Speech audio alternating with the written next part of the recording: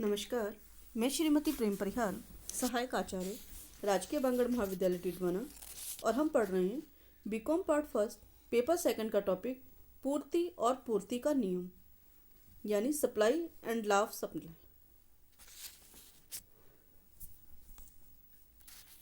पूर्ति एक प्रवाह है। इसे प्रतिदिन, प्रति सप्ताह, प्रति माह, प्रति वर्ष के रूप में व्यक्त किया जा सकता है। किसी वस्तु की पूर्ति का अभिप्राय वस्तु की उस मात्रा से है जिसे विक्रेता एक निर्धारित समय में निश्चित कीमत पर बेचने को तैयार रहता है। पूर्ति मांग की भांति समय और कीमत से संबंधित विक्रय के लिए उपलब्ध की जाने वाली मात्रा से है। इस प्रकार पूर्ति मूल्य का फलन होती है। जैसे पिछली बार हमने पढ़ा था मांग का नियम।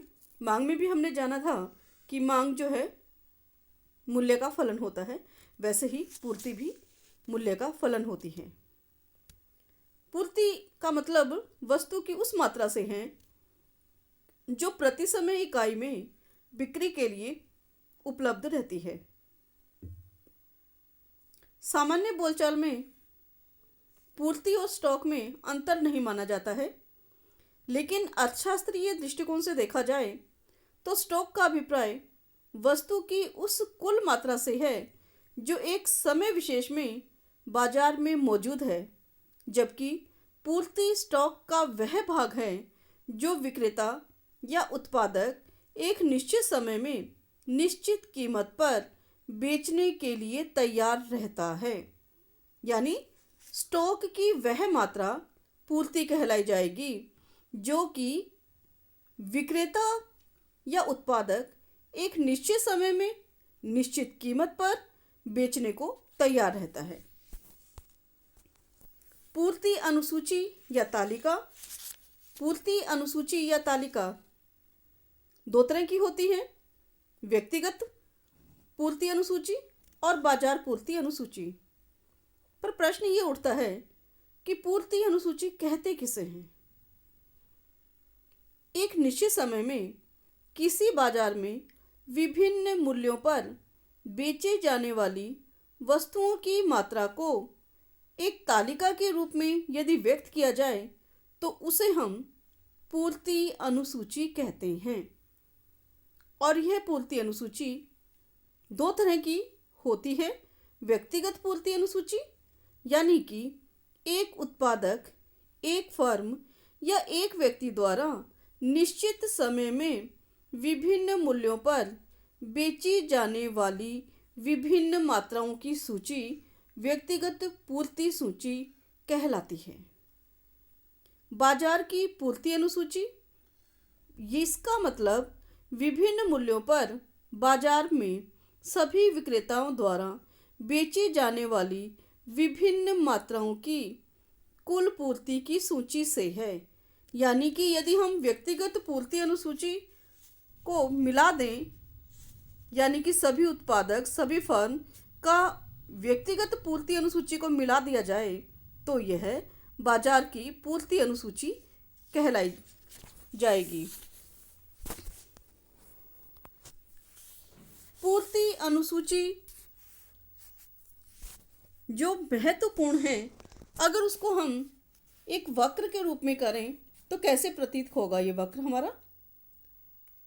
एक पूर्ति तालिका को रेखा चित्र के रूप में प्रदर्शित किया जा सकता है और इससे जो वक्र बनता है वह पूर्ति वक्र कहलाता है। पूर्ति अनुसूची के अनुसार वक्र भी व्यक्तिगत पूर्ति वक्र और बाजार पूर्ति वक्र दो तरह के हो सकते हैं। जैसा कि हम इस चित्र में देख रहे हैं, चित्र के अंदर ओ एक्स अक्ष पर वस्तु की मात्रा, ओ वाई एक्स पर प्रति इकाई कीमत बताई गई है। यहाँ हम यह देखते हैं कि पूर्ति का जो वक्र है नीचे बाएं से ऊपर दाईं की ओर चढ़ता हुआ होता है, जो हमें यह बताता है कि कीमत वृद्धि होने पर पूर्ति में वृद्धि होती है और कीमत में कमी होने पर पूर्ति में कमी होती है। इसी तरह पूर्ति वक्र पूर्ति मात्रा और कीमत में प्रत्यक्ष धनात्मक संबंध को बताता है। यह संबंध आनुपातिक हो यह आवश्यक नहीं है। जैसा कि हम चित्र में देख रहे हैं कि हमारी पूर्ति रेखा जो है एस एस जो वक्र हमारा है यह पूर्ति वक्र है। इसके अंदर हम देखते हैं कि जब किसी वस्तु की कीमत OP होती है तो उस वस्तु की पूर्ति भी OQ हो जाती है और साम्य बिंदु यहाँ L होता है।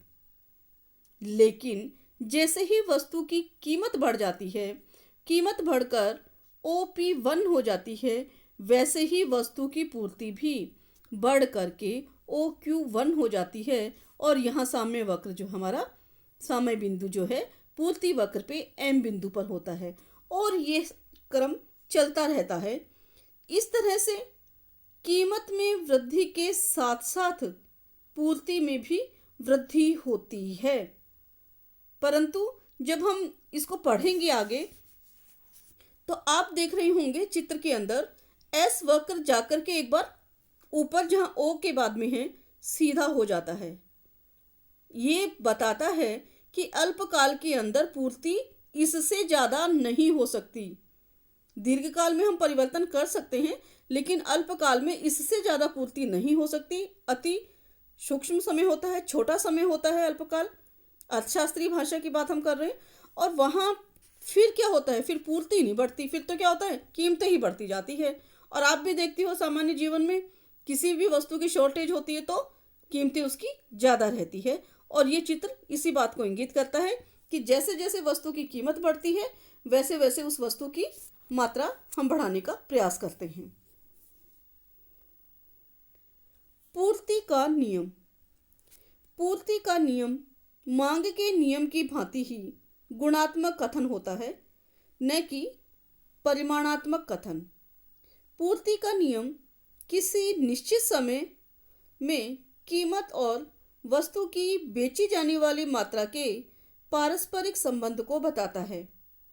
यह बताता है कि अन्य बातों के समान रहने पर किसी वस्तु या सेवा की कीमत में घटत बढ़त वस्तु की आपूर्ति में प्रत्यक्षतः घटत या बढ़त को जन्म देती है। अर्थात पूर्ति का नियम कीमत और पूर्ति में प्रत्यक्ष धनात्मक संबंध को बताता है। पूर्ति का सामान्य नियम यह बताता है कि पूर्ति और कीमत एक ही दिशा में परिवर्तित होती है, पर यह जरूरी नहीं होती है कि जितनी मात्रा में मूल्य में परिवर्तन हुआ है उतनी ही मात्रा में पूर्ति में भी परिवर्तन हो। यानी कि अगर 20% मूल्य में परिवर्तन हुआ है तो जरूरी नहीं है कि यह 20% पूर्ति में भी परिवर्तन हो। यानी कि आवश्यक रूप से अनुपातिक ही हो यह जरूरी नहीं है, लेकिन परिवर्तन अवश्य होता है। और इसी परिवर्तनीय जो हमारा फलन है उसको हम कहते हैं कि यह पूर्ति का नियम वस्तु या सेवा की मात्रा और कीमत में धनात्मक संबंध को बताता है। पूर्ति के नियम की मान्यताएं, या यूं कहें कि पूर्ति वक्र की मान्यताएं सेम ही है, दोनों में एक जैसी ही होती हैं। ये पूर्ति वक्र या रेखा खींचते समय हम कुछ मान्यताएं मानते हैं और अगर पूर्ति का नियम भी अगर हम बनाते हैं तो उसमें भी ये मान्यताएं मानी जाती है। तो इन दोनों को हम एक साथ ही पढ़ेंगे। पहली मान्यता है विक्रेताओं की रुचि एवं पसंद अपरिवर्तनीय होनी चाहिए।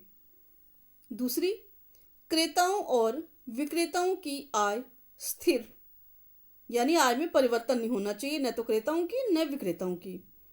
उत्पत्ति के साधनों की पूर्ति और उनकी कीमतें भी स्थिर मानी गई है। उत्पादकों के तकनीकी ज्ञान में अंतर नहीं आता है, यानी जो तकनीक उन्होंने अपना रखी है उसमें परिवर्तन नहीं होना चाहिए।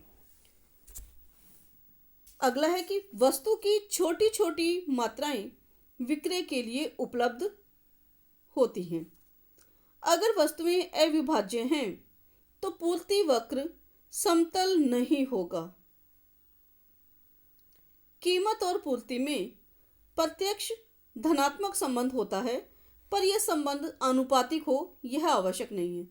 धनात्मक संबंध होता है लेकिन आनुपातिक हो यह आवश्यक नहीं है, ये मैंने आपको पहले भी बताया। पूर्ति के नियम के अपवाद। भविष्य में कीमत में वृद्धि या कमी की अगर कोई संभावना है तो यह नियम लागू नहीं होता। अगर विक्रेताओं को वस्तु या सेवा की कीमत में भविष्य में और अधिक वृद्धि की संभावना हो तो कीमतों के बढ़ने पर भी पूर्ति नहीं बढ़ेगी। और इसी प्रकार यदि विक्रेताओं को भविष्य में वस्तुओं की कीमत गिरने का भय रहता है तो भी कीमत में कमी न होने पर भी वर्तमान कीमत पर भी अधिक पूर्ति करने को वे तत्पर हो सकते हैं।